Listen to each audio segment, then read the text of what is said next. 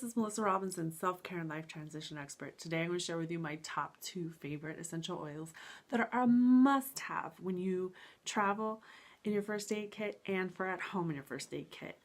So before I begin though, let me just say a disclaimer. In no way am I a medical professional, so please check in with a medical professional first before you even begin this. I use this at home. It works in our home, so I was going to share it with you. My first favorite thing that I love in my first aid kit as I travel is tea tree.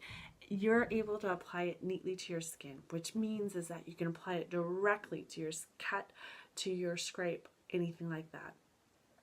You're also able, it's kid friendly, you're also able to use it on that fungus in case you get like a bad pedicure and you have that little weird funky thing happening to your toenail. It will clear it up. I know, it happened to me.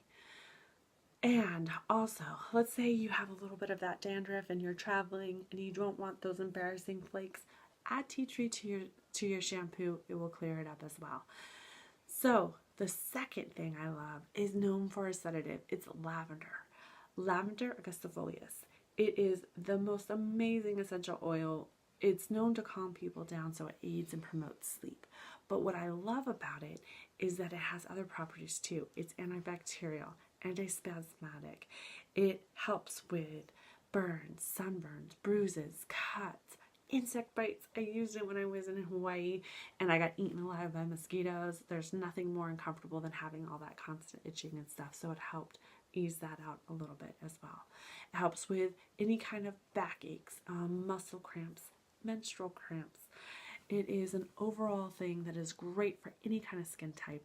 Oh, it also works with blemishes. If you break out, you're able to use a little bit of lavender on your skin, and it helps with that as well. I hope this helps. Let me know with your comments below what you think. Keep calm, Mom. Melissa Robinson signing off.